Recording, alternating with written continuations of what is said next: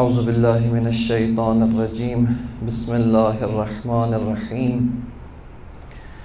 الحمد للہ رب العالمین الحمد للہ الذی جعلنا من المتمسکین بالقرآن العظیم وجعلنا من المتمسکین بولایت امیر المؤمنین والصلاة والسلام علی سیدنا و نبینا و شفیع ذنوبنا و طبیب نفوسنا الذي سمي في السماء بأحمد وفي الأرضين بأبي القاسم المصطفى محمد اللهم صل على محمد وآل محمد وعلى آله الطيبين الطاهرين المعصومين واللعنة الدائمة على أعدائهم من الآن إلى قيام يوم الدين. اما بعد فقد قال الامام حسین بن علی علیہ السلام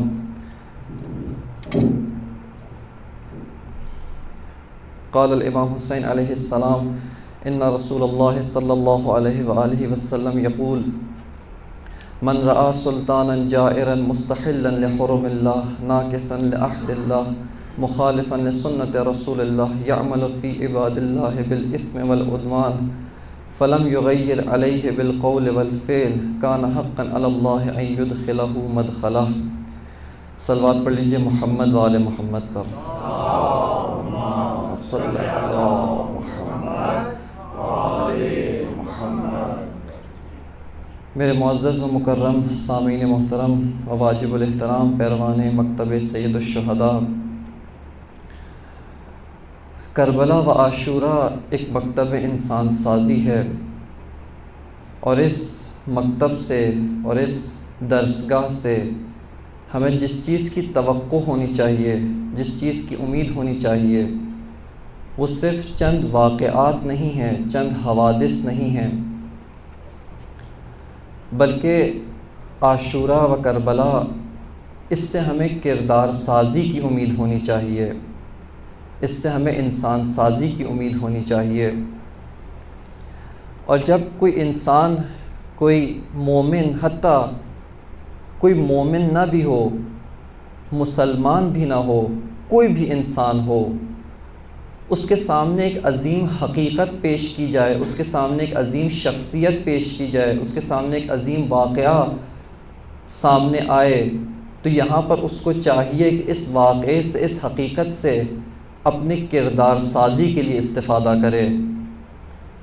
ایک خطرہ جو ماہ محرم الحرام کی آمد کے ساتھ ہم مکتب حسین والوں کو درپیش ہوتا ہے، اور وہ خطرہ ایک عظیم خطرہ ہے. وہ خطرہ دوسروں کو درپیش نہیں، وہ ان لوگوں کو جو حسین سے آشنا نہیں ہیں، وہ افراد کے جو حسین کا نام نہیں جانتے، جو مکتب عاشورہ کی شناخت نہیں رکھتے، ان کو یہ خطرہ پیش نہیں ہے.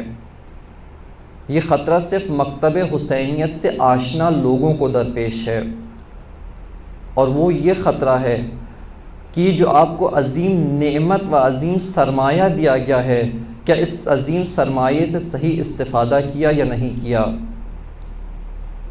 خداوند متعال کا فرمانا ہے کہ جب کوئی نعمت دی جاتی ہے تو اس نعمت کے بارے میں سوال بھی کیا جائے گا. نعمت کے جو بھی نعمت دی جائے اس کے متعلق ہمیں دو حکم دیے گئے ہیں.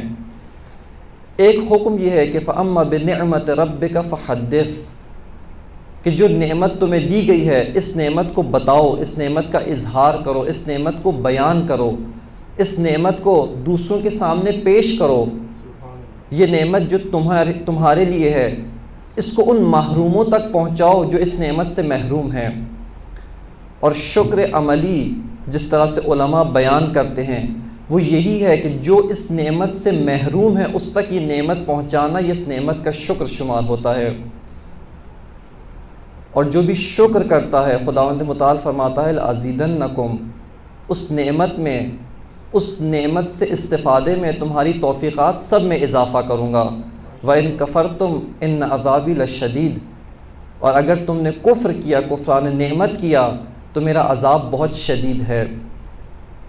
یہی خطرہ مکتب حسینیت و حسین والوں کو اور امام حسین کے مکتب سے آشنا لوگوں کو درپیش ہے۔ علامہ اقبال کے بقول کہ بعض لوگ ہیں جو مستی احوال کا شکار ہیں، ان کو حالات مختلف، جس طرح صوفیہ ہوتے ہیں ایک حال میں ہوتے ہیں، ایک اپنے دنیا ہوتی ہے، ایک اپنی ان کی زندگی ہوتی ہے، ان کے اپنے ایک طور طریقے ہوتے ہیں، اس مستی احوال کے اندر مست ہوتے ہیں۔ اور ملا کی شریعت وہ فقط مستی گفتار ہوتی ہے، شاعروں کی ایک الگ دنیا ہوتی ہے۔ لیکن فرماتے ہیں کہ میری آرزو کون ہے، مجھے کون چاہیے؟ کہتے ہیں کہ مجھے ایک ایسا مرد مجاہد چاہیے کہ جس کے رگ و پے میں ہو فقط مستی کردار، جو مستی کردار ہو، جو صاحب کردار ہو۔ اور یہ مکتب حسینیت یہ کردار سازی کا مکتب ہے۔ لہٰذا اسی وجہ سے علامہ اقبال جس چیز کی آرزو کرتے ہیں کہ اے اقبال آپ کی آرزو کیا ہے، آپ کس چیز کو چاہتے ہیں، آپ کی آرزو کیا ہے؟ فرماتے ہیں مسلک شبیرم آرزوست، میری آرزو مسلک شبیر ہے۔ کیوں؟ اس وجہ سے کہ جو طبقات جن سے میں بیزار ہوں، جن طبقات کو میں ناپسند کرتا ہوں، جن گروہ جن افراد سے مجھے نفرت ہے، وہ دیگر اور مکاتب، دیگر اور مدارس بنا کر پیش کر رہے ہیں، لیکن میرا مطلوب جو ہے، میرا مقصود جو ہے، میری آنکھیں جس کو دیکھنے کے لیے ترستی ہیں، وہ مستی کردار والا مرد مجاہد فقط مکتب حسین ابن علی میں ملتا ہے، وہ صرف اسی مکتب میں ملتا ہے۔ لہٰذا اسی وجہ سے ہمیں اس نعمت پر جہاں خدا کی بارگاہ میں شکر کرنا چاہیے، وہیں اس نعمت کے کفران سے ڈرنا بھی چاہیے، اس نعمت کے درست استفادہ نہ کرنے سے خدا کی بارگاہ میں طلب مغفرت بھی کرنی چاہیے۔ اور یہ جو ہماری بحث ہے، ہمارا گفتگو، یہ جو علماء، خطباء اور مختلف طبقات پڑھتے ہیں، سنتے ہیں، بیان کرتے ہیں، لکھتے ہیں کربلا کے بارے میں، اس سب کا نتیجہ، اس سب کا ہدف، اس سب کا مقصود یہ ہے کہ ہمارا کردار حسین ابن علی کی طرح بن جائے، ہم اس کاروان سے ایک قدم اور نزدیک ہو جائیں۔ صرف کربلا و محرم کاروان حسین کی داستان سنانے کا نام نہیں ہے، بلکہ کربلا و محرم کا ہدف یہ ہے کہ تم جو داستان حسین سنتے ہو، بچپن سے ماں کی گود میں تھے تو فرش عزا پہ آئے، اب جوان ہو گئے ہو تو بھی فرش عزا پہ آ رہے ہو، جب حسین کو ناصر کی ضرورت پڑے تو یہاں سے ناصر بن کے نکلو۔ یہ کردار فرش عزا بناتا ہے۔ لہٰذا اس نگاہ کے ساتھ ہمیں مکتب حسین ابن علی، مکتب عاشورہ کا مطالعہ کرنا چاہیے، اس نگاہ کے ساتھ تاریخ کربلا، واقعہ کربلا کو دیکھنا چاہیے۔ واقعہ کربلا کی یاد منانا عرس نہیں ہے، جس طرح مختلف بزرگان ہوتے ہیں، ہر مکتب، ہر نہلہ، ہر فرقہ، ہر گروہ اس کا ایک بزرگ ہوتا ہے، اس بزرگ کا ایک مزار ہوتا ہے، اس مزار پہ جا کر ہر سال سالانہ عرس مناتے ہیں۔ اس بزرگ کی جو محنتیں ہوتی ہیں، جو کاوشیں ہوتی ہیں، جو اس نے زحمتیں کی، اس کو یاد کیا جاتا ہے، اور یاد کرنے کے بعد خراج عقیدت پیش کرتے ہیں، خراج تحسین پیش کرتے ہیں۔ یہ عزاداری حسین کو خراج تحسین پیش کرنا نہیں ہے، یہ عزاداری حسین ابن علی سے وہ درس کردار لینا ہے، کردار سازی کرنی ہے۔ لہٰذا جتنے دن خود علماء نے ذکر کیا، شہید مطہری رضوان اللہ تعالیٰ علیہ فرماتے ہیں کہ اگر یہ دیکھنا چاہتے ہیں کہ ماہ مبارک رمضان، اس کا آپ کی زندگی پہ کیا اثر پڑا، تو آپ یہ دیکھیں کہ ماہ رمضان داخل ہونے سے پہلے اور ماہ رمضان کے گزر جانے کے بعد آپ میں کیا تبدیلی رونما ہوئی ہے، یہ آپ مشاہدہ کریں۔ اسی طرح ہم جو 20 سال سے 30 سال سے یا اس سے بھی زیادہ عمر سے ہم کربلا کے درس میں آ رہے ہیں، مکتب حسین ابن علی فرش عزا پہ آ رہے ہیں، اور فرش عزا کے ساتھ ساتھ ہم یہاں سے بہت کچھ سنتے ہیں، آیا دیکھیں کہ میں کاروان حسین سے اتنا نزدیک ہوا ہوں یا نہیں ہوا۔ یہ مقایسہ کرنا ہے، آیا میرے اندر، میرے کردار میں اقدار عاشورہ پیدا ہوئی ہیں یا نہیں ہوئی ہیں؟ آیا میرے گفتار کے اندر میرا لہجہ، میرا بولنے کا انداز حسین کی طرح ہوا ہے یا نہیں ہوا؟ آیا میرا سوچنے کا انداز، طرز تفکر، میرے معیارات، میرا فیصلہ کرنے کے جتنے بھی معیارات ہیں، میں کسی کی حمایت کرتا ہوں، کسی کی مخالفت کرتا ہوں، کسی کا ساتھ دیتا ہوں، کسی کا ساتھ چھوڑتا ہوں، ان سب کے پیچھے جو محرک ہے، جو معیار ہے، جو میزان ہے، جو طرز تفکر ہے، آیا وہ حسین سے مشابہت رکھتا ہے یا نہیں رکھتا؟ یہ معیار ہے کہ ہم نے اس مکتب سے کچھ حاصل کیا یا نہیں کیا۔ لہٰذا تاریخ کا بھی جو مطالعہ کرنا ہے ہم نے، وہ اسی نگاہ سے مطالعہ کرنا ہے۔ ایک دفعہ تاریخ میں ہم وارد ہوتے ہیں، تاریخ میں داخل ہوتے ہیں صرف اور صرف سرگرمی کے طور پہ، فرصت کے ایام ہیں اور وقت بہت فالتو ہے، کچھ کرنے کو نہیں، لہٰذا آتے ہیں تاریخ کی کتاب کو پڑھتے ہیں، تاریخ کی کتاب کا مطالعہ کرتے ہیں، تاریخ کے حوادث و داستانوں کے اوراق کو دیکھتے ہیں، لیکن ایک دفعہ تاریخ کے اندر انسان اترتا ہے، تاریخ کے سمندر میں اتر کر موتی لے کر باہر آتا ہے۔ کربلا اس مکتب کا نام ہے، اور یہ ہمارا وظیفہ و ہمارا ہدف و مقصود و مطمع نظر یہ ہے۔ لہٰذا اس نگاہ کے ساتھ ہمیں تاریخ کو دیکھنا چاہیے۔ امیر المؤمنین امام المتقین علی ابن ابی طالب علیہ السلام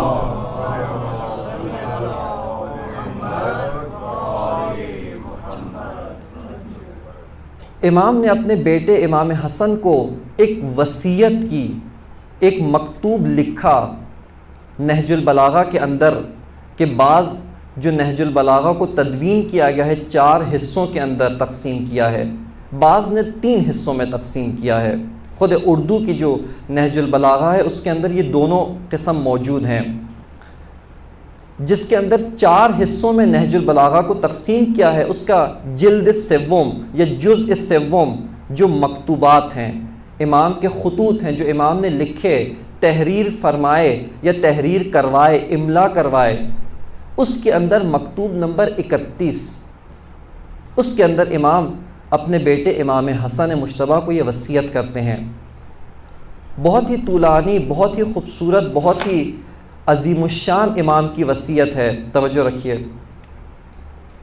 اس وصیت کا ایک حصہ اسی کے اوپر مشتمل ہے، اس کی عبارت آپ کی خدمت میں پڑھتا ہوں۔ امام فرماتے ہیں کہ اے بنیا، اے میرے بیٹے، اے میرے لاڈلے، وَإِن لَمْ أَكُنْ أُمِرْتَ عُمْرَ مَنْ كَانَ قَبْلِي، اگرچہ میری عمر اتنی لمبی نہیں جو مجھ سے پہلے آنے والی اقوام کی ہوتی تھی، وہ طویل العمر ہوتے تھے، ان کی عمریں زیادہ ہوتی تھیں، میری عمر اتنی نہیں، میں نے اپنے سے پہلے آنے والی اقوام کو نہیں دیکھا ہے، ان کو درک نہیں کیا ہے، ان کے ساتھ زندگی نہیں گزاری ہے، لیکن فرماتے ہیں فقط نظرت فی اعمالہم، میں نے ان کے کردار، ان کے اعمال، ان کی تاریخ میں غور کیا ہے، اس کا مطالعہ کیا ہے، اس کے اندر دقت کی ہے، وفکرت فی اخبارہم، اور ان کی جو خبریں مجھ تک پہنچی، ان کے بارے میں جو جو وقائع سننے کو ملے یا میں جانتا ہوں اس کے بارے میں تفکر کیا ہے۔ وہ فرماتے ہیں وَسِرْتُ فِي آثَارِهِمْ حَتَّى عُدْتُ كَأَحَدِهِمْ، فرماتے ہیں کہ ان کے آثار، ان کے جو بقایا جات، جو ان کے زندگی گزارنے کے بعد جو ان کے آثار باقی بچے، اس کے اندر میں نے سیر کی، اس کے اندر نکل گیا، دیکھا، اس کا مطالعہ کیا، گھوما پھرا۔ کس حد تک مطالعہ کیا؟ فرماتے ہیں کہ اس حد تک میں نے اس کے اندر غور کیا، دیکھا، اس کے اندر تفکر کیا، یہاں تک کہ میں ان میں سے ایک ہو گیا، میں اس طرح ہو گیا کہ میں نے ان کے ساتھ برسوں زندگی گزاری ہے، اگرچہ ان کے ساتھ نہیں رہا، لیکن اس عمل کے ذریعے سے میں ان میں سے ایک ہو گیا۔ اور اس کے بعد فرماتے ہیں بل کأنی بما انتہا الی من امورہم قد امرت مع اولہم الی آخرہم، بلکہ فرماتے ہیں کہ یہاں تک کہ گویا کہ میں نے ان میں سے جو پہلا شخص ہے اس سے لے کر آخر تک کے ساتھ زندگی گزاری ہے. فعرفت صفو ذلک من قدرہ ونفعہ من ضررہ. فرماتے ہیں کہ یہاں تک کہ میں سیاہ اور سفید کی پہچان ہو گئی.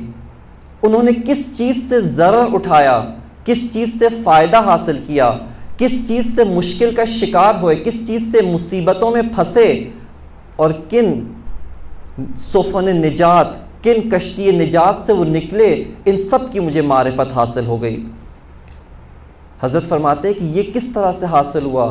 گزشتہ اقوام کے آثار میں غور و فکر کرنے سے حاصل ہوا, ان کے بارے میں فکر کرنے سے, ان کے بارے میں غور کرنے سے حاصل ہوا.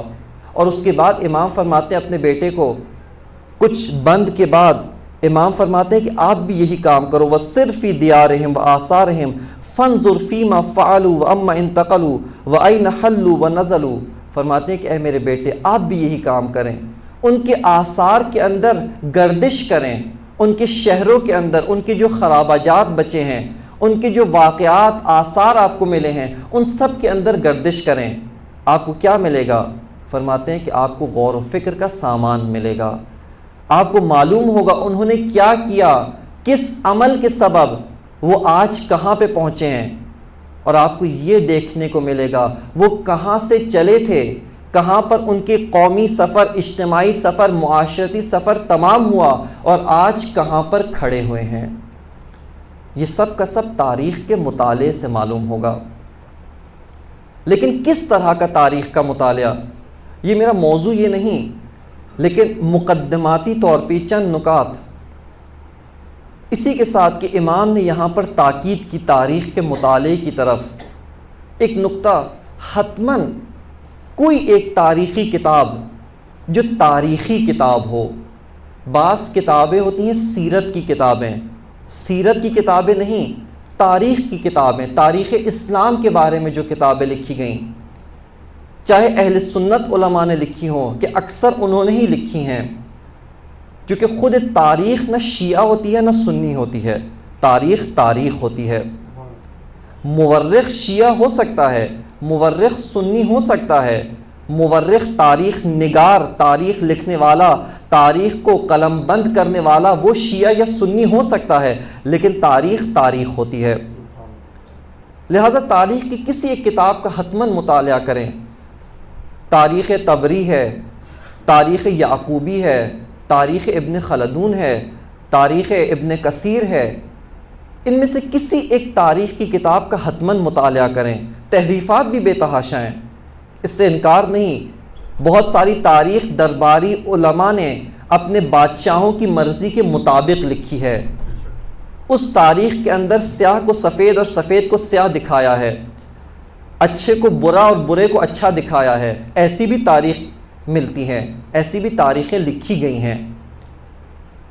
لیکن اس کے باوجود ان تمام تواریخ کے اندر, ان تاریخی کتابوں کے اندر ہمیں حقیقت کے اشارے بھی نظر آتے ہیں. اس تمام کی تمام تحریفات جتنی بھی ہوئی ہیں اس سے انکار نہیں کرتے, خود اہل سنت علماء بزرگان انکار نہیں کرتے, لیکن اس کے باوجود اس کے اندر حقیقت کی نشانیاں بھی نظر آتی ہیں, حقیقت بھی ملتی ہے. لہٰذا حتماً کسی ایک تاریخ کی کتاب کا لیں, شروع سے لے کر آخر تک اس کا مطالعہ کر لیں. اس کی ساری باتوں کو بے شک نہ قبول کریں, لیکن حتماً اس کا مطالعہ کریں. تاریخ کے حوادث کس طریقے سے آگے بڑھے, کس طریقے سے بعد والے حوادث رونما ہوئے, یہ سب جاننا ضروری ہے. لیکن یہ تاریخ کے مطالعے کا پہلا قدم ہے. یہ مطالعہ تاریخ کا پہلا قدم, اس کو تاریخ نقلی کہتے ہیں. تاریخ نقلی یعنی وہ حوادث, وہ واقعات, وہ تاریخی رویداد جس طریقے سے رونما ہوئی, ایک مورخ نے لکھی اور ہم نے اس کے لکھی ہوئی تاریخ کو پڑھا ہے, اس نے نقل کیا, ہم نے اس کے منقولات, جو کچھ اس نے نقل کیا ہم نے سنا یا پڑھ لیا ہے. یہ تاریخ تاریخ نقلی ہے, تاریخ منقول ہے. کربلا کے بارے میں تاریخ منقول بے تحاشا لکھی گئی, اور ایک عجیب ماجرا ہے داستان کربلا کا. وہ یہ ہے کہ تاریخ کربلا اپنوں سے زیادہ دشمنوں نے لکھی ہے۔ اخلاص حسین ابن علی دیکھیے، کبھی سوچئے گا اس بارے میں کہ حسین ابن علی کا اخلاص کتنا زیادہ تھا، خلوص کتنا تھا۔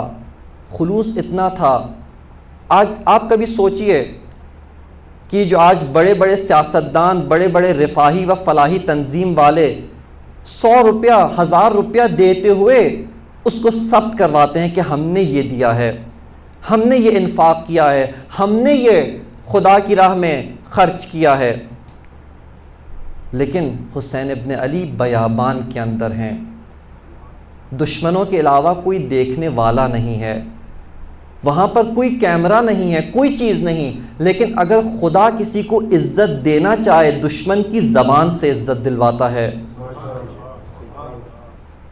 لیکن اس کی شرط یہ ہے کہ آپ اخلاص کے ساتھ عمل کریں، عمل خالص، عمل خلوص۔ اس کے لیے کسی چیز کی ضرورت نہیں، اس کے لیے صرف اور صرف یہی ضرورت ہے کہ میرا خدا دیکھ رہا ہے، اور خدا چاہے گا میرے ازلی دشمن، میرے ابدی دشمن، میرے جانی دشمن اسی کی زبان سے میری تعریف نکلوائے گا۔ یہ خدا نے عملی کر کے دکھا دیا۔ اکثر تاریخ کربلا دشمنوں نے نقل کی ہے۔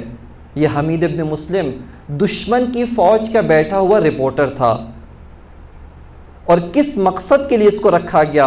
اس کو اس لیے مقرر کیا تھا ابن زیاد نے، تاکہ جو جس طریقے سے واقعات رونما ہو رہے ہیں، ہمارے لشکر کی تعداد بہت زیادہ، جس بے دردی کے ساتھ ہم حسین ابن علی اور ان کے ساتھیوں کو شہید کریں گے، ان کو قتل کریں گے، تم نے یہ نقل کر کے بتانا ہے تاکہ ہماری عظمت بلند ہو۔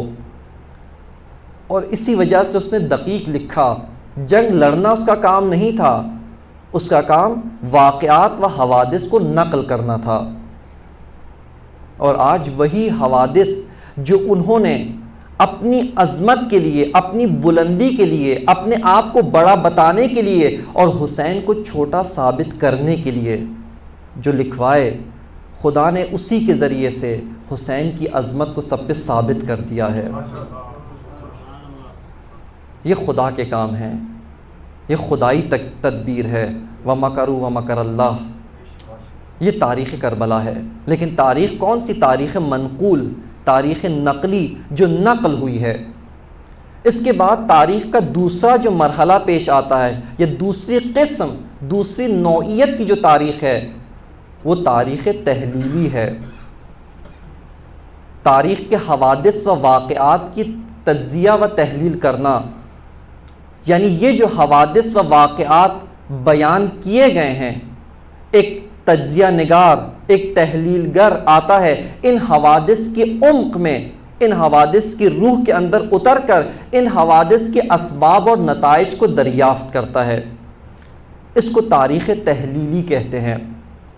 واقعہ کربلا کے کیا اسباب تھے، واقعہ کربلا کے کیا نتائج و ثمرات تھے، واقعہ کربلا کیوں رونما ہوا، مختلف طبقات، مختلف واقعات، مختلف حوادث کے درمیان کیا ارتباط پایا جاتا ہے، یہ ایک تحلیل گر، ایک تجزیہ نگار وہ تاریخ کے ان حوادث سے یہ تحلیل حاصل کرتا ہے۔ لیکن تحلیل تک پہنچنے کے لیے پہلا مرحلہ طے کرنا ضروری ہے۔ تاریخ نقلی، آپ کے پاس تاریخی واقعات کا ہونا لازمی و ضروری ہے۔ اس کے بعد دوسرا مرحلہ تاریخ تحلیلی، تیسرا مرحلہ فلسفہ تاریخ کا ہے۔ یعنی یہاں سے جب آپ نے حوادث تاریخ کی تحلیل کی، ان کی روح تک پہنچے، ان کی عمق تک پہنچے، اس کی گہرائیوں کے اندر اتر کے اب آپ ایسے بعض قوانین و اصول حاصل کرتے ہیں جو مکمل تاریخ پر سایہ فگن ہوتے ہیں، جو کل تاریخ پر سایہ فگن ہوتے ہیں۔ ان اصولوں کو فلسفہ تاریخ کہتے ہیں۔ کوئی بھی قوم، کوئی بھی ملت، کوئی بھی دین، کوئی بھی مذہب، کوئی بھی مکتب، کوئی بھی کسی بھی زمانے میں زندگی کے کسی بھی شعبے سے تعلق رکھنے والی قوم، ملت، کسی بھی خطے میں رہنے والے لوگ، کوئی بھی ان قوانین سے مستثنی نہیں ہوتا ہے، کوئی بھی ان قوانین سے مستثنی نہیں ہے۔ اس کو فلسفہ تاریخ کہتے ہیں۔ یا بتعبیر دیگر شہید باقر الصدر کی تعبیر کے مطابق ان کو سنن تاریخ کہا جاتا ہے۔ تاریخ کے اوپر حاکم وہ اصول جن کی اساس پر تاریخ آگے بڑھتی ہے، جن کی اساس پر تاریخ آگے چلتی ہے۔ اگر کوئی ان سنن کا انکار کر دے، اگر کوئی کہے کہ ایسے کوئی سنن ہے ہی نہیں، ایسے کوئی قوانین ضوابط اصلاً موجود نہیں ہیں، ہمارے لیے تاریخ سے عبرت حاصل کرنے کا دروازہ بند ہو جاتا ہے۔ لہٰذا انہی سنن، انہی قوانین، انہی اصولوں کے ذریعے سے تاریخ سے عبرت لے کر ہم مستقبل کی پیشن گوئی کر سکتے ہیں، مستقبل میں اپنا کردار معین و متعین کر سکتے ہیں۔ اس کو فلسفہ تاریخ کہتے ہیں۔ رسول خدا صلی اللہ علیہ وآلہ وسلم صلی اللہ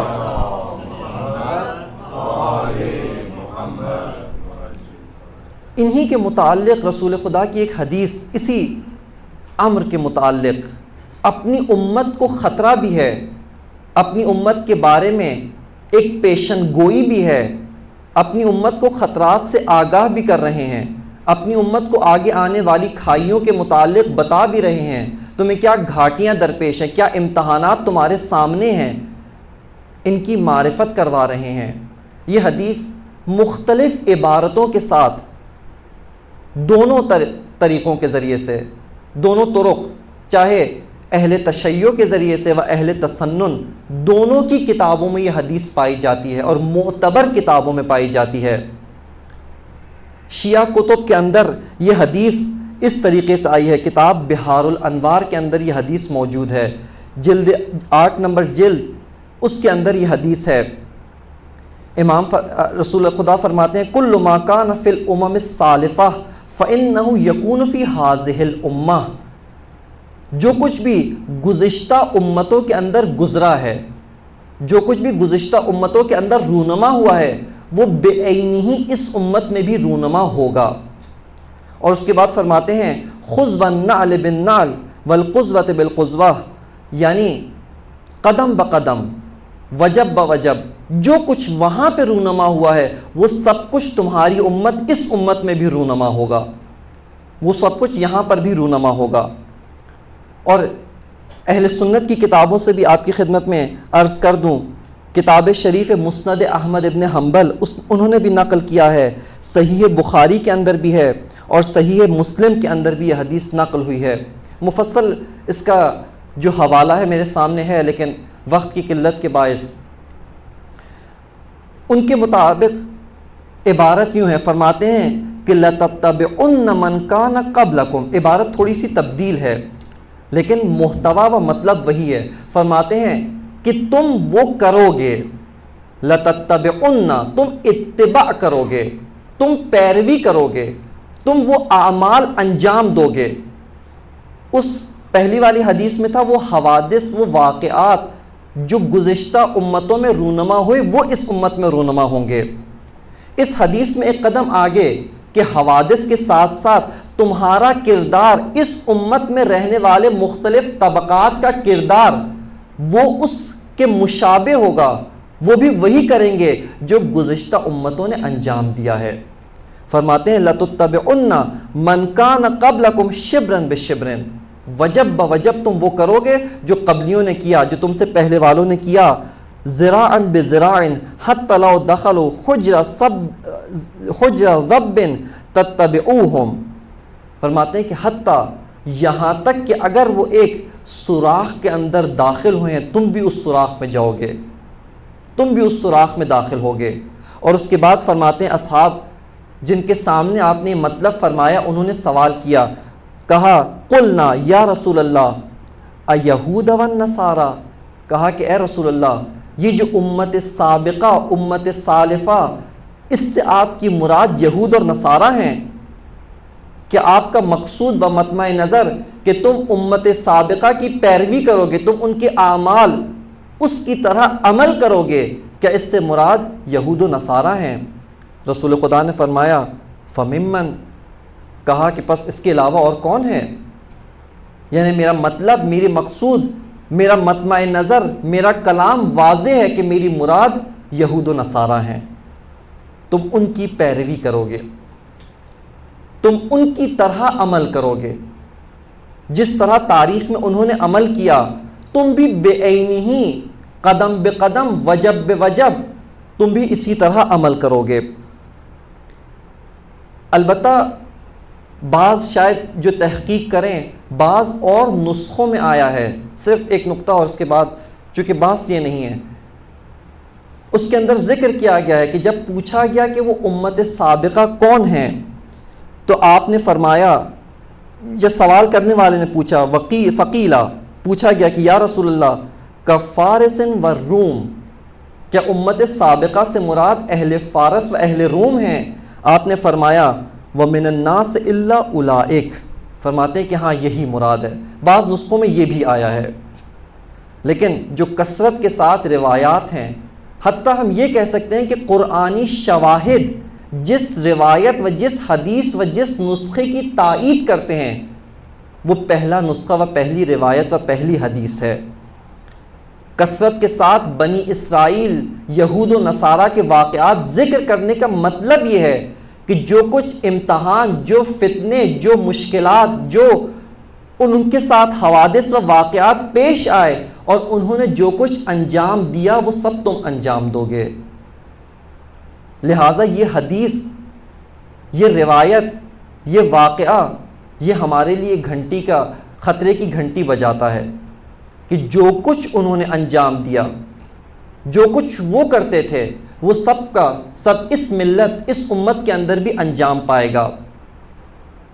اور بالخصوص چونکہ ہمارا موضوع کربلا بعنوان تاریخ کا نقطہ عطف اور کربلا کی تاریخ، کربلا کے واقعات کو سمجھنا و تحلیل کرنا صدر اسلام و بالخصوص رحلت رسول خدا اس کی تاریخ کو جانے بغیر ممکن نہیں ہے۔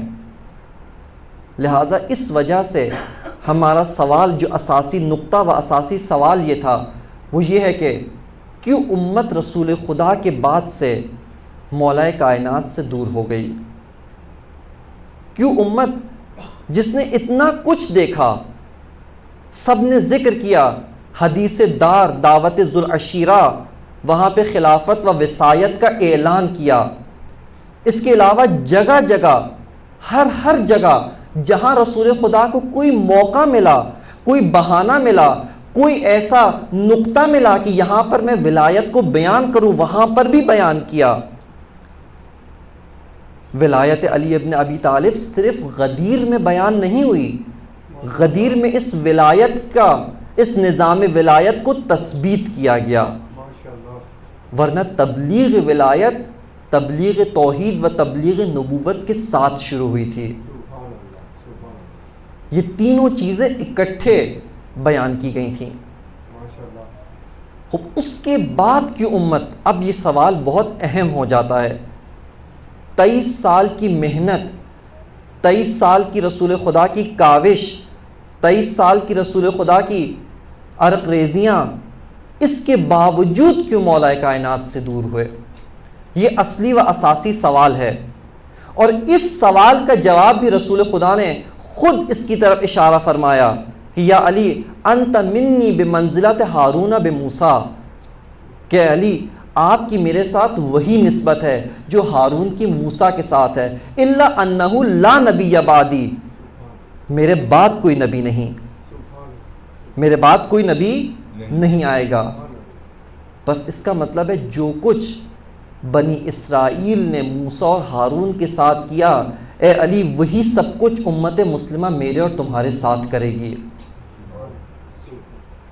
بس یہاں پر بنی اسرائیل کی تاریخ بہت اہمیت کی حامل ہو جاتی ہے، بہت زیادہ اہمیت کی حامل، حتیٰ ہمارے بعض اساتید کہتے ہیں اور درست کہتے ہیں، صرف ایک نقطہ اسی بنی اسرائیل کی تاریخ کی اہمیت کے متعلق جس کے بارے میں ہم غور و فکر نہیں کرتے، اور انتہائی افسوس کے ساتھ جو ہمارے دشمن ہیں، جن کے خلاف ہم نے امام زمانہ کا سپاہی بننا ہے، جن کے خلاف ہم نے جہاد کرنا ہے، حتیٰ خود حضرت عیسیٰ ابن مریم جن کے خلاف ہوں گے، جن کے خلاف گواہی دیں گے، ان کے بارے میں کوئی تحقیق نہیں کی۔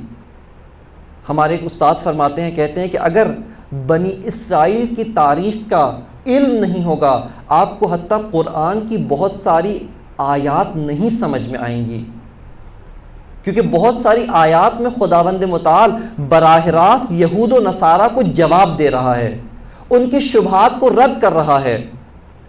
کہیں پہ خداوند متعال نے صراحتاً کہا کہ قالوا ید اللہ مغلولہ، یہ یہود کہتے ہیں کہ خدا کے ہاتھ بندھے ہوئے ہیں، یہود کہتے ہیں کہ خدا کے دونوں ہاتھ بندھے ہوئے۔ کیا ماجرا ہے؟ کس چیز پہ کہتے ہیں کہ خدا کے دونوں ہاتھ بندھے ہوئے؟ اس چیز پہ کہتے ہیں کہ جب خدا نے ہمارے ساتھ یہ وعدہ کیا کہ تم یہود قوم برتر ہو وَفَضَّلْنَاكُمْ عَلَى الْعَالَمِينَ، تمہیں عالمین پہ برتری دی، اور ہم یہود کے ساتھ خدا نے حکومت جہانی و حکومت آخر الزمانی کا وعدہ کیا، اب خدا کے ہاتھ بند گئے ہیں، اب خدا اس وعدے کو عملی کرے گا۔ لیکن خداوند متعال فرماتا ہے کہ غلت ایدیہم، ان کے ہاتھ بندھے ہوئے ہیں، خدا کے ہاتھ کھلے ہوئے ہیں۔ یہ وعدہ خدا نے کب کیا تھا؟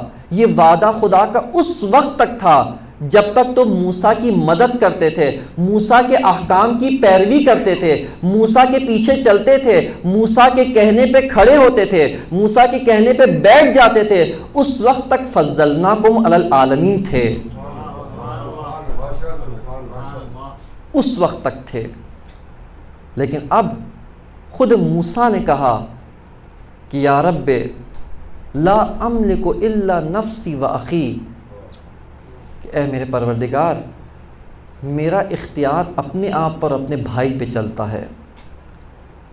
اور اس کے بعد موسیٰ نے وہی دعا کی جو وارث موسیٰ علی نے اپنی قوم کے ساتھ دعا کی تھی، اور وہ کیا؟ فَفْرُقْ بَيْنَنَا وَبَيْنَ قَوْمِ الظَّالِمِينَ، کہ اے خدایا ہم میں اور اس قوم ظالمین میں فاصلہ ڈال دے۔ یہی دعا بعینہ ہی مولا کائنات نے اپنے ساتھیوں کے بارے میں کی تھی۔ بس اس آیت کی تفسیر اس روشنی میں معلوم ہوتی ہے۔ اس کے علاوہ بنی اسرائیل کہتے تھے کہ سلیمان نعوذ باللہ، جن کو اسلام نبی مانتا ہے، معصوم مانتا ہے، ان کی عصمت کا قائل ہے، کہتے تھے نعوذ باللہ ساحر و جادوگر ہیں، نعوذ باللہ کافر ہیں۔ اور اس وجہ سے آج کل یہ جو اس تاریخی لحاظ سے اس مقطع، یہ جو بیت المقدس، یہ جو صخرہ ہے اس کے اوپر، یا جو مسجد الاقصیٰ اس کے اوپر جو جنگ ہے، کیوں بنی اسرائیل پوری دنیا کو چھوڑ کر اسی جگہ کو حاصل کرنا چاہتے ہیں؟ ایک ان کی پیشن گوئی ہے، دوسرا ان کے اپنے باطل عقیدے کے مطابق یہاں پر حضرت سلیمان نبی کے جادو اور ان کے اس قسم کے سحر و جادو کے آلات یہاں پر دفن ہیں۔ یہ ان کے اپنے عقیدے کے مطابق، جس کے ذریعے سے وہ جنات کو قابو کرتے تھے، جس کے ذریعے سے وہ مختلف امور کو، ہواؤں کو، مثال کے طور پہ اور سب چیزوں کو اپنے قابو میں کرتے تھے، ان کے اپنے عقیدے کے مطابق، لہٰذا ان کی جنگ اس پہ ہے۔ اس کے مقابلے میں خداوند متعال فرماتے ہیں وما کفر سلیمان، سلیمان کافر نہیں ہوئے۔ اگر آپ کو یہ سابقہ تاریخی واقعہ معلوم نہیں ہوگا، اس وقت تک ہم اس آیت کی تفسیر نہیں کر سکتے ہیں۔ مگر سوال، آیا سلیمان ایک نبی مسلمانوں کے عقیدے کے مطابق معصوم، آیا ان سے توقع کفر ہے؟ خب توقع کفر بھی نہیں، پھر کیوں قرآن مجید کہہ رہے وما کفر سلیمان، سلیمان کافر نہیں ہوئے؟ سلیمان نے جادو ٹونا نہیں سکھایا، فرشتوں نے، ہاروت اور ماروت جادو ٹونا گر نہیں تھے، بلکہ شیاطین نے سحر و جادو سکھایا۔ یہ سب کا سب بنی اسرائیل کی تحریفات کے مقابلے میں خداوند متعال کا بیان ہے۔ اس حد تک تاریخ بنی اسرائیل، تاریخ یہود و نصارہ، یہ فہم قرآن میں بھی دخیل ہے، فہم احادیث میں بھی، انشاءاللہ جیسے بات آگے چلے گی۔ بس یہاں سے ہم سوال اصلی ہمارے ذہنوں میں ہے، اور وہ اصلی سوال رسول خدا کی رحلت کے بعد جو واقعات و حوادث پیش آئے ان تک پہنچنا ہے، یہ مطمع نظر و مقصود نظر ہے۔ لیکن اس تک پہنچنے کا راستہ کیا ہے؟ اس تک پہنچنے کا راستہ تاریخ بنی اسرائیل ہے، اس سے ہمیں گزرنا ہوگا۔ بنی اسرائیل کیا کرتے تھے؟ بنی اسرائیل کا کیا کردار تھا جس کے متعلق رسول خدا فرما رہے ہیں کہ تم وہ سب کچھ کرو گے جو وہ کرتے تھے؟ اگر وہ ایک سوراخ میں داخل ہوئے تم بھی ہوگے۔ بس ان کا کیا کردار تھا؟ وہ کیا کرتے تھے؟ ان کا کیا طریقہ کار، کیا روش تھی؟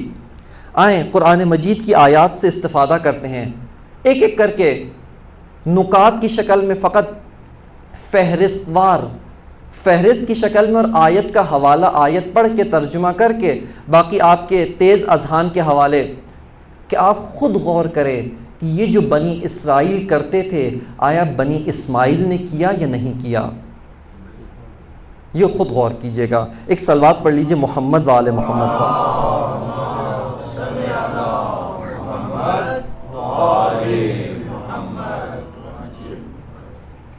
بنی اسرائیل کے متعلق خداوند متعال نے ایک چیز جو ذکر کی، جس میں بنی اسرائیل مہارت تام رکھتے تھے، بلکہ اس سے پہلے کہ بنی اسرائیل کیا کرتے تھے، ایک نقطہ رہ گیا مجھ سے، اور یہ کہ بنی اسرائیل کیسے بنے، یعنی بنی اسرائیل اس مہارت تک کیسے پہنچے۔ اور اسی کے ضمن میں ایک اور نقطہ بھی آپ کی خدمت میں عرض کروں گا۔ بنی اسرائیل جب مصر کے اندر تھے، حضرت یوسف علی نبینا و آلہ و علیہ السلام، ان کی برکت سے جب مصر قحط سے آزاد ہوا، لوگوں نے ایک نبی خدا ولی اللہ کی طاقت و قدرت اور اس کا خدا کے ساتھ معنوی ارتباط اور اس کے خدا کی قدرت کو دیکھا و تسلیم کیا۔ مصری سارے کے سارے حضرت یوسف کی شخصیت کے تحت تاثیر مسلمان ہو جاتے ہیں، توحید پرست ہو جاتے ہیں، موحد ہو جاتے ہیں۔ اس کے بعد حضرت یوسف کے بھائی آئے، انہوں نے کہا کہ آپ واپس جائیں، سب قوم بنی اسرائیل کو مصر لے آئیں، اور وہ مصر آ جاتے ہیں۔ یہاں پر جب حضرت یوسف کی وفات ہو رہی ہے، حضرت یوسف کا کوئی جانشین نہیں تھا، یہ نقطہ تاریخ میں لکھا، احادیث نے بھی ذکر کیا کہ حضرت یوسف سے ایک ترک اولا ہوتا ہے، جس کی وجہ سے، جس کی سزا کے طور پہ خداوند متعال ان کی ذریت سے نبوت و ولایت و رسالت کو سلب کر لیتا ہے۔ حضرت یوسف کے بعد سے کوئی جانشین، کوئی نبی، کوئی پیغمبر ان کی نسل میں نہیں تھا۔ اس کے بعد جب حضرت یوسف کی رحلت کا وقت قریب آتا ہے، وہ بنی اسرائیل کو جمع کرتے ہیں، بنی اسرائیل کو بلاتے ہیں، اس بنی اسرائیل کو بتاتے ہیں کہ تم اس سرزمین پر مہاجر ہو، اس سرزمین کے باشندے نہیں ہو، اس سرزمین کے رہنے والے نہیں ہو، یہاں پہ تمہاری حیثیت مہاجروں کی سی حیثیت ہے، یہ تمہارا اصلی وطن و اصلی سرزمین نہیں ہے۔ اور اس کے بعد حضرت یوسف پیشن گوئی کرتے ہیں، یعنی خدائی الہام، خدائی جو علم ان کو تھا، اس کی اساس پر ان کو بعض چیزیں بتاتے ہیں، منجی کا ان کو وعدہ دیتے ہیں کہ کچھ سالوں کے بعد ایک منجی آئے گا، تمہیں نجات دے گا۔ ان کی مراد حضرت موسیٰ کلیم اللہ تھے۔ اس منجی کا وعدہ دیا، اور وہاں پہ حضرت یوسف کہتے ہیں کہ اگر اس مہاجر سرزمین پہ رہنا چاہتے ہو، یہاں پر اپنی بقا کی جنگ لڑنا چاہتے ہو، تمہیں اپنی نسل بڑھانی ہوگی۔ لہٰذا ان سے کہتے ہیں کہ اپنی نسل بڑھاؤ، بنی اسرائیل کی نسل بڑھاؤ، تاکہ ان قبطی جو وہاں کے علاقائی رہنے والے، اس ملک کے اصلی باشندے، ان کے درمیان ہضم نہ ہو جاؤ، ان کے اندر گھل مل کر، چونکہ قوموں کا ایک ہاضمہ ہوتا ہے، قوم جو باہر سے چیز آئی ہوتی ہے اس کو اپنے اندر، اپنی ثقافت کے اندر، اپنے معاشرے کے اندر، اپنی تہذیب کے اندر ہضم کر لیتی ہے۔ لہٰذا حضرت یوسف نے کہا کہ اگر چاہتے ہو بچنا، محفوظ رہنا، اپنی نسل بڑھاؤ، اپنی نسل پروان چڑھاؤ، اپنی نسل کو زیادہ کرو۔ اس کے بعد یہ منتظر ہیں، یہ انتظار میں ہیں اس منجی کا۔ پھر حالات، واقعات تبدیل ہوتے ہیں، تہذیب مصر دوبارہ مردم مصر کے اوپر غالب آتی ہے، اور وہ حضرت یوسف کی تعلیمات سے پھر جاتے ہیں، حضرت یوسف کی تعلیمات کو چھوڑ دیتے ہیں، دوبارہ بت پرست ہو جاتے ہیں۔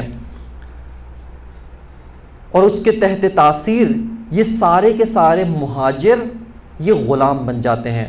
دوبارہ فرعونہ فرعونوں کا سلسلہ شروع ہوتا ہے. وہ بادشاہت کا نظام، ایک فرعون، اس کے بعد دوسرا فرعون آتا جاتا ہے، اور یہ بت پرستی کا نظام دوبارہ رائج کرتے ہیں. اور بنی اسرائیل اس کے تحت تاثیر یہ سب کے سب غلام ہیں.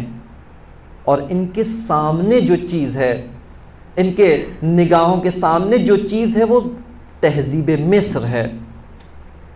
ایک بہت ہی خوبصورت جو انقلاب اسلامی کی برکت سے سیریل بنا حضرت یوسف کا، آپ خود غور کریں کہ ایک گاؤں کا باشندہ، ایک گاؤں کا رہنے والا، ایک دیہات کا رہنے والا احرام مصر کے سامنے آتا ہے، اس کا منہ کھلے کا کھلا رہ جاتا ہے.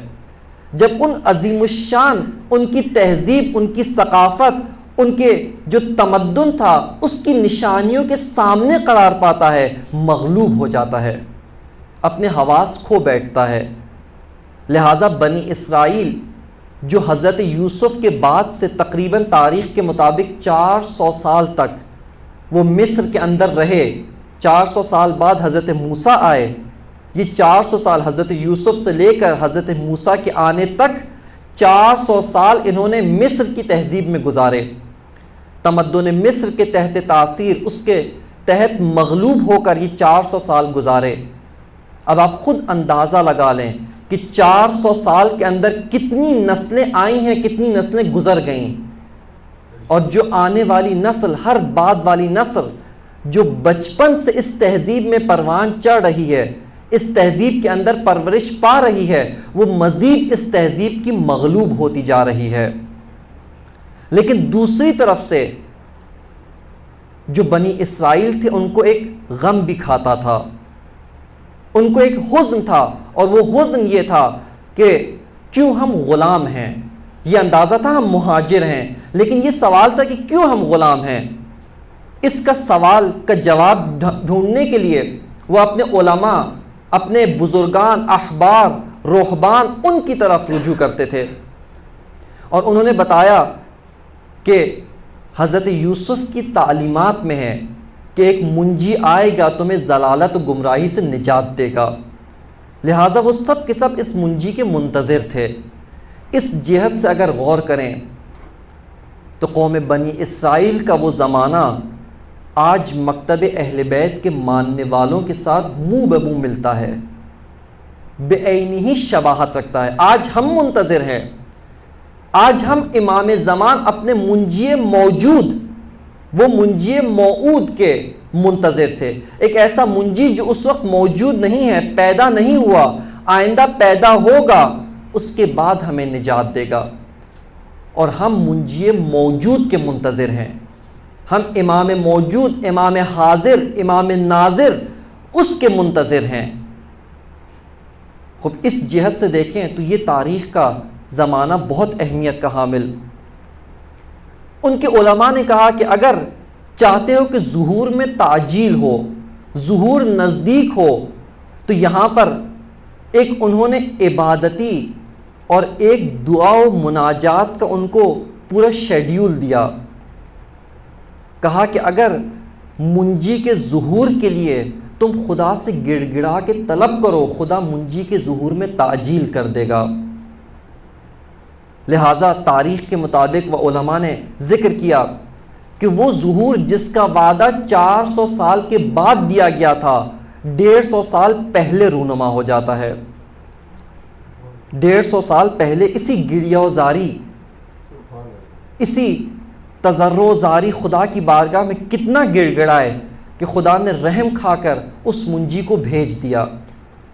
اب انہوں نے منجی کے ساتھ کیا کیا، یہ اہمیت کا حامل. اور کیوں ایسا کیا، یہ اس سے زیادہ اہمیت کا حامل ہے. انہوں نے حضرت موسیٰ کے ساتھ کیا کیا؟ وہ منجی جس کو الاجل الاجل کہتے تھے، جس کے لیے صبح و شام اپنی دعائے ندبہ پڑھتے تھے، جس کو پکارتے تھے، جس سے مدد طلب کرتے تھے، جس کے ظہور میں تعجیل کی دعائیں خدا سے کرتے تھے، اس حال تک اس منجی کو پہنچایا کہ وہ منجی خود کہتا ہے فَافْرُقْ بَيْنَنَا وَبَيْنَ قَوْمِ الظَّالِمِينَ. کہ اے خدایا ہم میں اور ان میں جدائی ڈال دے۔ بس یہ بہت ہی المناک واقعہ، تاریخ کا بہت ہی المناک موڑ ہے۔ کیوں ایسا واقعہ رونما ہوا؟ یہ کس وجہ سے تھا؟ اس کا ایک راز، ایک رمز آپ کی خدمت میں عرض کروں، اور وہ راز خود قرآن مجید نے بیان کیا۔ وہ یہ تھا کہ فرعون تمہارے ساتھ کیا کیا کرتا تھا، فرعون نے ان کے ساتھ کیا رویہ رکھا ہوا تھا، فرعون نے ان کو کس طرح سے دبا کے رکھا ہوا تھا، فرعون نے ان کو کس طرح سے مغلوب کیا ہوا تھا، فرعون نے ان کے اوپر کس طریقے سے تسلط کیا ہوا تھا۔ وہ تسلط باعث بنا کہ ان کے دلوں میں وہ ہیبت، اس تہذیب کی ہیبت اور رعب بیٹھ گیا۔ جہاں بھی چلتے منجی کو واقعاً دل سے طلب کیا، لیکن اس تہذیب کے آثار سے جان چھڑانا مشکل ہو گیا تھا، اس تہذیب کے نقوش کو چھوڑنا مشکل تھا۔ ایک آیت قرآن مجید کی کہ کیا ان کے ساتھ فرعون کیا کرتا تھا، خداوند متعال فرماتا ہے کہ وَإِذْ نَجَّيْنَاكُمْ مِنْ آلِ فِرْعَوْنَ، کہ وہ وقت یاد کرو بنی اسرائیل جب تم نے، یہ کب ہے؟ جب انہوں نے نافرمانیاں شروع کی، خدا نے ان پہ جو نعمتیں کی وہ ان کو یاد دلایا، اور جو اس سے پہلے فرعون ان کے ساتھ کیا کرتا تھا وہ بھی یاد دلایا کہ فرعون کیا کرتا تھا۔ آج اگر آپ خبروں سے آشنا ہوں، خبریں سنتے ہوں، تو سرزمین انقلاب سے کچھ خبریں کبھی کبھار سنائی دیتی ہیں، کبھی شورش، کبھی کوئی اور کسی قسم کے بلوے، کسی اور قسم کی چیزیں۔ ان کو بھی ایک دفعہ بیٹھ کے داستان بنی اسرائیل سنانا چاہیے کہ آؤ تمہیں بھی یاد کرائیں، تمہیں بھی بتائیں آج جس عزت، جس بلندی، جس فخر، جس مقام پہ آج خمینی نے تم کو فائز کیا، یہ مقام انقلاب کی بدولت ملا ہے، ورنہ شاہ تمہارے ساتھ کیا کیا کرتا تھا۔ یہ بیٹھ کر یاد کرو، شاہ تمہارے ساتھ کیا کرتا تھا۔ بہت خوفناک تاریخ، بہت ہی المناک تاریخ ہے، یعنی واقعاً و حقیقتاً بدون مبالغہ بہت المناک تاریخ ہے۔ ایک واقعہ، ایک اشارہ کہ ایک شاہ کی غلطی برطانیہ کے استعمار کے تحت تاثیر ہونے کی وجہ سے 9 ملین لوگ قحط کا نوالہ بن گئے۔ یہ ان کے اپنے اعداد و شمار کے مطابق ہے۔ کل 20 ملین آبادی آج سے تقریباً 100 سال پہلے، اس کے لگ بھگ 20 ملین آبادی، اور قحط کی وجہ سے برطانیہ کے پاس غلہ موجود تھا، اس کے پاس کھانے پینے کا سامان موجود تھا، جان بوجھ کے اس ملت کو محروم رکھا، اور 9 ملین افراد قحط کا نوالہ بن گئے۔ یہ شاہ تمہارے ساتھ کیا کرتا تھا۔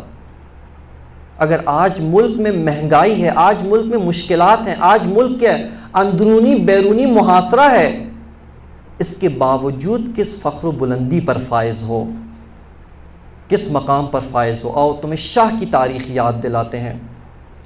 آج ملک کے اندر تمام تر نعمتیں موجود ہیں، سب کچھ موجود ہے، اس کے باوجود تم شکوے، اس کے باوجود تم شکایات سے باز نہیں آتے، اور شاہ کا زمانہ یاد دلاتے ہیں شاہ کیا کرتا تھا۔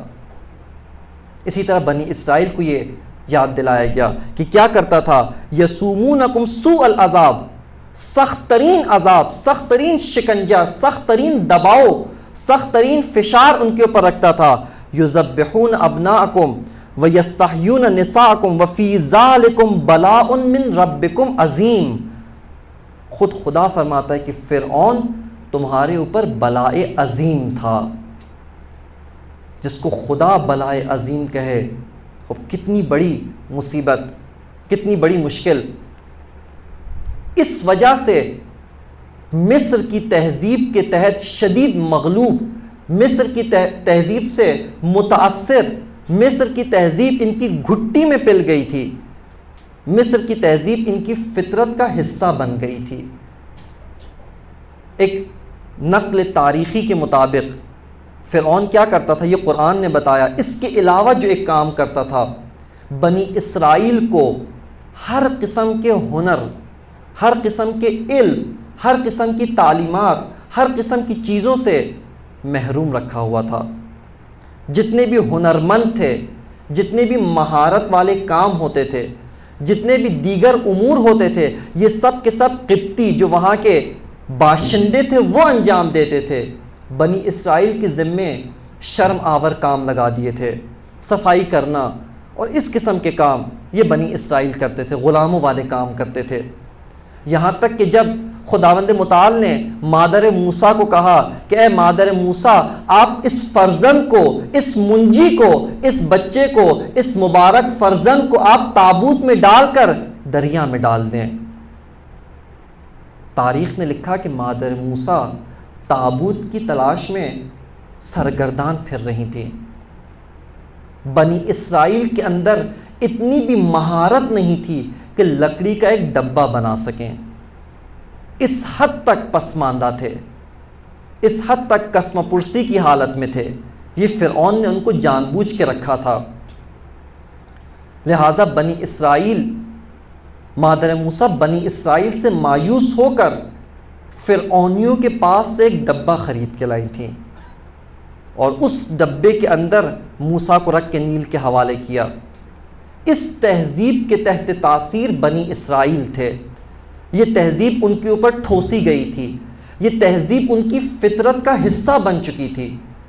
لہٰذا آپ دیکھیں قدم قدم پہ انہوں نے اسی تہذیب، اس کے اثرات کا اظہار کیا، اس کو کھل کر ظاہر کیا، اس کو سامنے دکھایا۔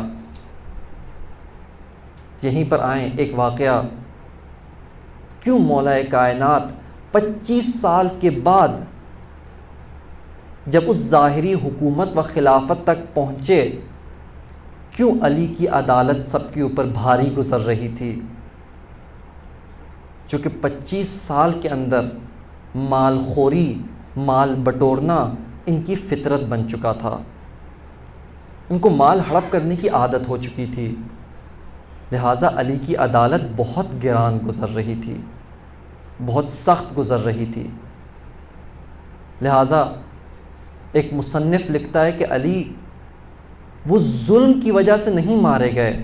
کہتے ہیں کہ عموماً بادشاہوں کے خلاف عوام جو قیام کرتی ہے، خروج کرتی ہے، کھڑی ہوتی ہے، وہ اس وجہ سے کہ بادشاہ ان کے خلاف، ان پر ظلم کرتے ہیں، ستم کرتے ہیں، ان کو دبا کے رکھتے ہیں، ان کو حقوق سے محروم کرتے ہیں، اور علی کے خلاف ان کی عدالت کی وجہ سے لوگ شکایت کرتے تھے۔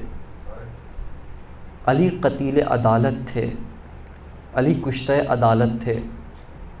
یہ تہذیب کے اثرات ہوتے ہیں، یہ تہذیب کے نتائج اور اس کے عمیق اثرات۔ اب حضرت موسیٰ جب اس قوم کو لے کر چلے، مصر سے باہر آئے، کل واقعات بیان کیے، فرعون ان کی نظروں کے سامنے غرق ہوتا ہے۔ حضرت موسیٰ سے متعدد معجزات دیکھتے ہیں، کبھی ید بیضا، کبھی عصا و اژدہا، اور اس کے علاوہ متعدد معجزات جن میں قرآن مجید نے ایک فہرست ذکر کی ہے۔ اب اس کے بعد جب آتے ہیں، ان کی ذمہ داری یہ تھی کہ تم جاؤ جا کے ارض مقدس کو آزاد کرواؤ، ارض مقدس میں جا کر حکومت الہی کو قائم کرو۔ یہ بنی اسرائیل کی ذمہ داری تھی، یہ بنی اسرائیل نے کام انجام دینا تھا، یہ بنی اسرائیل نے کرنا تھا۔ لیکن اس کے مقابلے میں بنی اسرائیل نے کیا کیا؟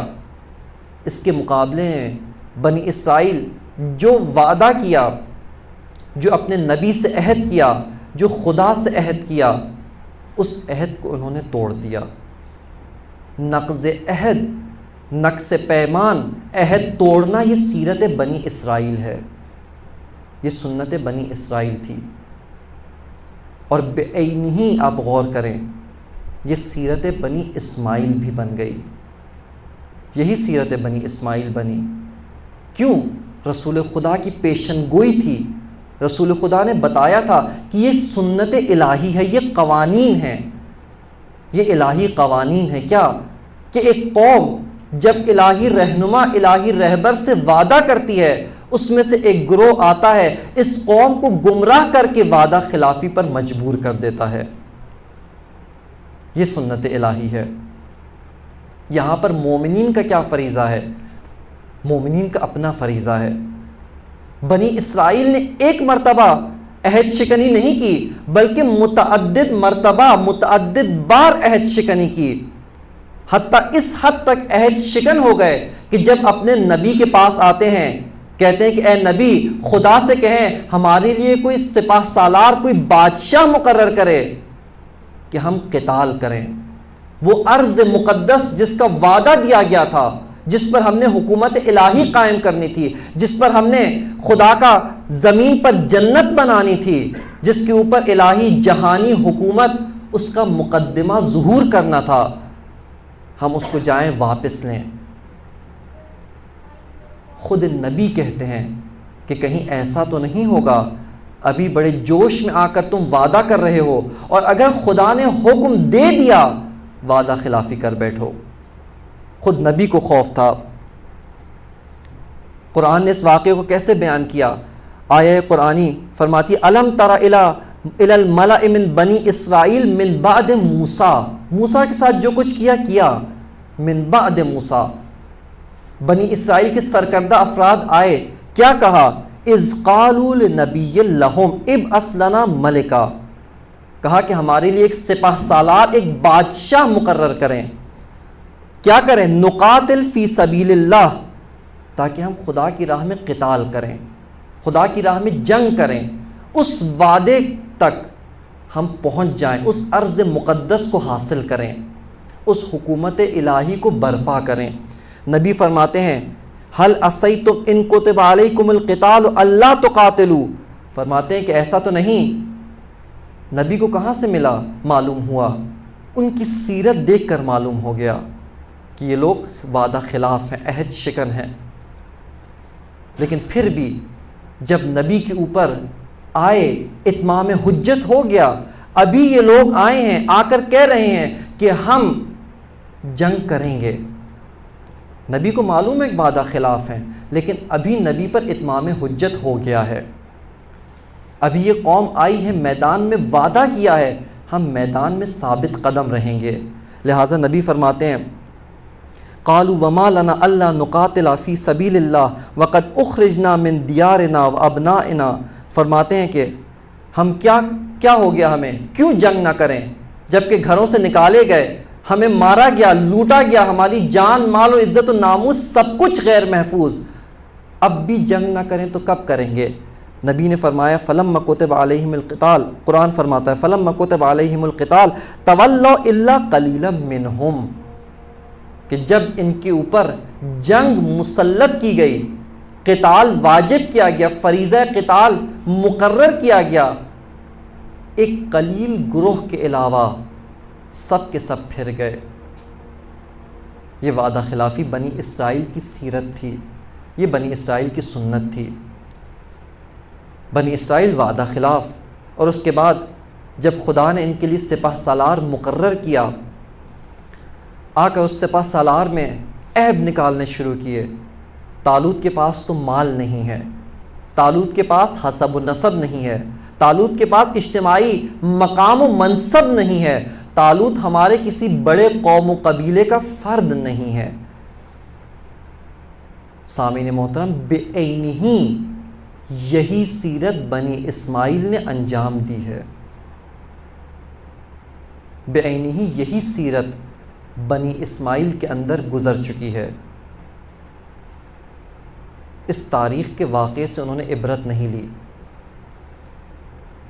متعدد مقامات پر وعدہ کیا، وعدہ توڑ دیا، وفا کرنے کا وعدہ کرتے تھے، عہد کرتے تھے، بے وفائی کرتے تھے۔ یہی کام انہوں نے آل علی و آل رسول کے ساتھ انجام دیا، یہی کام انجام دیا، بے عینی یہی کام انجام دیا۔ امام حسین کو خطوط کیوں لکھے؟ کہا ہمارا کوئی امام نہیں ہے، ہمارا کوئی رہنما، کوئی رہبر نہیں ہے، آپ آئیں، آپ کی سرکردگی میں، آپ کی سپہ سالاری میں ہم دشمنوں سے جنگ کریں گے، دشمنوں سے لڑیں گے۔ امام حسین کو معلوم تھا، جب بزرگان مکہ اور مدینہ کو معلوم تھا، جب بزرگان دین و اسلام و بزرگان تاریخ کو معلوم تھا، جب عبداللہ ابن عباس، عبداللہ ابن عمر، عبداللہ ابن زبیر جیسی شخصیات کو معلوم تھا، کیا حسین ابن علی کو نہیں معلوم تھا؟ کیا حسین ابن علی نہیں جانتے تھے کہ یہ کون ہیں، یہ کیا کر چکے ہیں؟ لیکن ابھی جب انہوں نے وعدہ کیا، ابھی جب عہد کیا، تو یہاں پر امام پر اتمام حجت ہو جاتی ہے، یہاں پر امام پر ضروری ہو جاتا ہے کہ وہ آئیں، آ کر ان لوگوں کے وعدے اس کے مطابق میدان میں آئیں، ان کی رہبری کو سنبھالیں، ان کی رہبریت اس کو اپنے ہاتھ میں لیں، ان کی قیادت کریں۔ اور اسی مقصد کے لیے امام نے مسلم ابن عقیل کو کوفہ کی جانب روانہ کیا، جو خط لکھا، کہا کہ اے مسلم، اس کے اندر امام نے یہ فرمایا کہ آپ جائیں، جا کر ان کی وفا کو آزمائیں، آزمائش کریں، امتحان لیں ان کی وفا کا، آیا کوفی وفادار ہے یا نہیں ہے۔ اور اس کے بعد آپ نے اپنے امام، اے مسلم، آپ نے اپنے امام کو بتانا ہے، خبر دینی ہے کہ کوفیوں کی کیا صورتحال ہے، کوفیوں کے متعلق اطلاع دینی ہے۔ مسلم کوفہ آتے ہیں، پرجوش استقبال، لاکھوں کا مجمع، ہزاروں کا مجمع مسلم کے ساتھ جان دینے کو تیار، لیکن جیسے ہی ایک آزمائش کا شکار ہوتے ہیں، جیسے ہی کسی امتحان کا شکار ہوتے ہیں، فوراً سب کے سب پھر جاتے ہیں۔ تولوا منہم الا قلیلا، ایک قلیل گروہ کے علاوہ سارے کوفی پھر گئے، سارے کوفی وعدہ شکن ثابت ہوئے، عہد شکن ثابت ہوئے۔ بس مومنین کرام، یہ عہد شکنی کی سیرت کوفیوں نے بنی اسرائیل سے حاصل کی تھی، بعینہ ہو بہو بنی اسرائیل کی سیرت، بنی اسرائیل کا کردار کوفیوں نے اپنایا تھا۔ تاریخ نے لکھا ہے کہ جب مسلم ابن عقیل نے قیام کا اعلان کیا، جب ہانی ابن عروہ قید کر لیے گئے، ابن زیاد نے ہانی ابن عروہ کو پکڑ لیا، مسلم ابن عقیل قیام کا اعلان کرتے ہیں، کہتے ہیں کہ اب ہم پہ واجب ہے کہ ہم اپنے ساتھی، اپنے ہمدرد، اپنے محسن، اس کی نجات کے لیے قیام کریں اور دارالامارہ کا محاصرہ کر لیتے ہیں۔ بس سامعین محترم، تاریخ نے لکھا کہ مسلم نے جب ظہر کی نماز پڑھائی، اس وقت کئی صفیں مسلم کے پیچھے تھیں، جمگٹا تھا، بہت سارے لشکری، بہت سارے جوان مرد، بہت سارے پہلوان زرہ پہنے ہوئے، تلوار شمشیر لیے ہوئے مسلم کے ساتھ موجود تھے۔ اور پھر مغرب کی جب نماز پڑھائی تو مسلم کے پیچھے 2 یا 3 صفیں موجود تھیں، اور اس کے بعد عشاء کی جب نماز پڑھائی اور پڑھا کر جب پیچھے مڑ کر دیکھا تو مسلم کے پیچھے کوئی نہیں تھا۔ مسلم کی غربت کا یہ عالم تھا۔ یہ کربلا کا پہلا شہید جس کو کوفے میں شہید کیا گیا مسلم ابن عقیل تھے، اور اسی مظلومیت، اسی تنہائی، اسی قسم پرسی، اسی کے عالم میں شہید ہوئے۔ بس عزادارو، تاریخ نے جو لکھا ہے کہ جب مسلم مسجد کوفہ سے نکلتے ہیں تو تنہا نکلتے ہیں۔ کوفہ بہت بڑا شہر، اس کی گلیوں میں مسلم تک و تنہا اکیلے گھوم رہے ہیں کہ کاش کوئی آشنا اس کا چہرہ نظر آ جائے، کوئی جاننے والا مل جائے، کوئی ایسا محسن احسان کرنے والا مل جائے جس کے گھر میں آج کی رات گزار لوں۔ اور جب مسلم دن بھر کے جہاد، جد و جہد، اور ابھی کوفہ کی گلیوں میں گھوم گھوم کے تھک جاتے ہیں۔ روایت نے لکھا کہ مسلم ایک گھر کے باہر بیٹھ جاتے ہیں، تھک ہار کے مسلم ایک گھر کے باہر بیٹھ جاتے ہیں۔ بس عزاداروں، وہ گھر جس خاتون کا تھا وہ خاتون محب اہل بیت تھی۔ اپنے بیٹے کے انتظار میں بار بار دروازہ کھولتی تھی اور پھر بند کرتی تھی۔ مایوس ہو کر کہ میرا بیٹا نہیں آیا، دروازہ بند کر دیتی تھی۔ جب چند بار اس نے دروازہ کھولا اور دیکھا کہ ایک نوجوان میرے دروازے کے باہر بیٹھا ہوا ہے جبکہ گھر میں کوئی مرد بھی نہیں، وہ کہتی ہے کہ اے نوجوان، تم کون ہو؟ بتاؤ میرے گھر کے باہر کیوں بیٹھے ہو؟ لکھا ہے کہ مسلم نے کوئی جواب نہیں دیا، بلکہ پانی کا ایک پیالہ مانگتے ہیں۔ کہتے ہیں کہ اے نیک خاتون، تو نیک سیرت خاتون معلوم ہوتی ہے، تیرا کردار پاک و پاکیزہ معلوم ہوتا ہے، تیرا لہجہ، تیرا سوال یہ بتاتا ہے کہ تو پاکیزہ خاتون ہے، اگر ہو سکے تھوڑا سا پانی پلا دو۔ مسلم پانی پیتے ہیں، لیکن عزاداروں، جب مسلم دیکھتے ہیں، جب وہ خاتون دیکھتی ہے کہ مسلم پانی پینے کے باوجود بھی نہیں جاتے، تو وہ خاتون کہتی ہے کہ اے جوان، کیا تو نے پانی نہیں مانگا؟ کیا میں نے تجھے پانی نہیں پلایا؟ اب پانی پی لیا ہے، جاؤ اپنے گھر والوں کے پاس جاؤ، اپنے خاندان والوں کے پاس جاؤ، تمہارے گھر والے تمہارے منتظر ہوں گے۔ عزاداروں، یہاں پر مسلم پلٹ کے پوچھتے ہیں کہ بتاؤ اے نیک سیرت خاتون، اے بی بی، یہ تو بتاؤ میں کہاں جاؤں؟ کوفے میں میرا کوئی گھر نہیں ہے، کوفے میں میرا کوئی جاننے والا نہیں۔ عزاداروں، جب اس خاتون نے یہ سنا کہ یہ نوجوان کہتا ہے کہ میں کوفے میں غریب ہوں، میں غریب الوطن ہوں، میرا کوفے میں کوئی گھر نہیں، میرا کوفے میں کوئی آشنا نہیں، میرا کوفے میں کوئی سہارا نہیں، پلٹ کے پوچھتی ہے کہ اے جوان، اپنا تعارف تو کراؤ۔ وہ کہتا ہے، مسلم کہتے ہیں میں سفیر حسین مسلم ابن عقیل ہوں، میں سفیر حسین مسلم ابن عقیل ہوں۔ عزاداروں، وہ خاتون پلٹ کے پوچھتی ہے کہ بتاؤ تم ہی میرے مولا اور آقا حسین کے سفیر ہو؟ مسلم کہتے ہیں کہ ہاں، میں ہی حسین کا سفیر ہوں، مجھے حسین نے کوفہ بھیجا تاکہ کوفے والوں کی وفاداری جان سکوں، لیکن حسین کو میں نے خط میں لکھا کہ کوفہ آ جائیے، کوفہ کی جانب آ جائیں۔ کوفہ وفاداروں کا شہر ہے، لیکن معلوم ہوا کوفہ بے وفاؤں کا شہر ہے۔ عزاداروں، مسلم کو وہ خاتون گھر کے اندر لاتی ہے، لانے کے بعد ایک کمرے میں بٹھانے کے بعد مسلم کی احوال پرسی، مسلم کی خاطرداری میں مصروف ہو جاتی ہے۔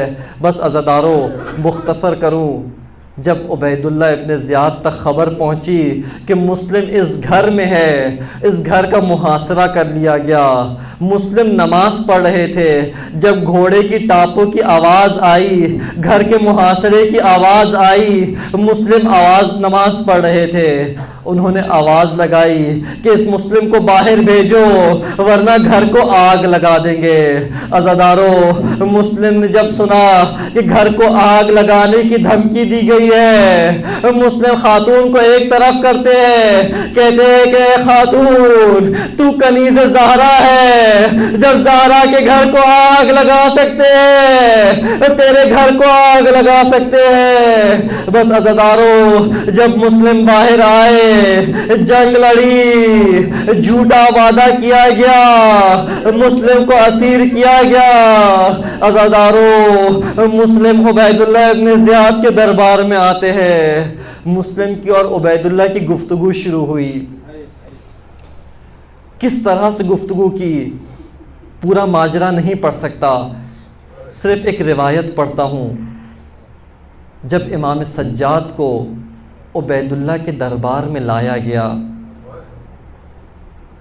عبید اللہ کے دربار میں ایک شخص کہتا ہے، امام سجاد سے پوچھتا ہے کہ بتاؤ کیا مسلم تمہارے چچا نہیں تھے؟ امام فرماتے ہیں کہ ہاں، مسلم ابن عقیل میرے چچا تھے۔ کہا کہ تمہارا اور ان کا کردار کیوں الگ ہے۔ کہا کہ جب مسلم عبید اللہ کے دربار میں آئے تھے سینہ تان کے کھڑے تھے، عبید اللہ کی باتوں کا جواب دے رہے تھے، گردن جو تھی بلند تھی، بتاؤ تمہاری گردن کیوں نیچے ہے؟ امام فرماتے ہیں اے دیکھنے والے تو نے انصاف نہیں کیا، جب مسلم آئے تھے تنہا تھے، میں آیا ہوں، میرے ساتھ علی و زہرا کی بیٹیاں ہیں، میرے ساتھ بے پردہ آل رسول ہے، بس عزادارو مسلم کو بے دردی سے شہید کیا۔ شہید کرنے کے بعد جب امام تک خبر پہنچی، امام کو پتہ چلا، امام حسین کو بتایا مسلم شہید ہو گئے۔ عزادارو امام نے قافلہ روکا، روکنے کے بعد ساتھیوں سے خطبہ ارشاد کیا، بہت درد بھرا خطبہ ہے۔ امام فرماتے ہیں قد اتانا خبر فضیح، ایک بری خبر ملی ہے، قتل مسلم ابن عقیل وہانی ابن عروہ۔ اور اس کے بعد عزادارو ایک جملہ امام کہتے ہیں جس سے جگر خون ہو جاتا ہے۔ امام فرماتے ہیں قد خذلتنا شیعتنا، ہمارے شیعوں نے ہمارا ساتھ چھوڑ دیا۔ امام فرماتے ہیں ہمارے شیعوں نے ہمارا ساتھ چھوڑ دیا۔ عزادارو امام کی تنہائی یہیں سے شروع ہو گئی۔ فرماتے ہمارے شیعوں نے ہمارا ساتھ چھوڑ دیا۔ اس کے بعد امام ایک اور کام جو کرتے ہیں، مسلم کے بچوں کو بلاتے ہیں، مسلم کی بیٹیوں کو بلاتے ہیں، بلانے کے بعد ان کو اپنے پاس بٹھا کر پیار کرنا شروع کرتے ہیں۔ عزادارو مسلم کی بیٹیاں پوچھتی ہیں آقا جس طرح سے پیار کر رہے ہیں اس طرح سے یتیموں کو پیار کیا جاتا ہے۔ عزادارو اے مولا حسین اگر یتیموں کو اس طرح سے پیار کیا جاتا ہے کیوں کربلا میں سکینہ کو تماچے مارے گئے، کیوں بیویوں کو تازیانے مارے گئے؟ الا لعنت اللہ علی القوم الظالمین فسیعلم الذین ظلموا ای منقلب ینقلبون۔ ماتم حسین۔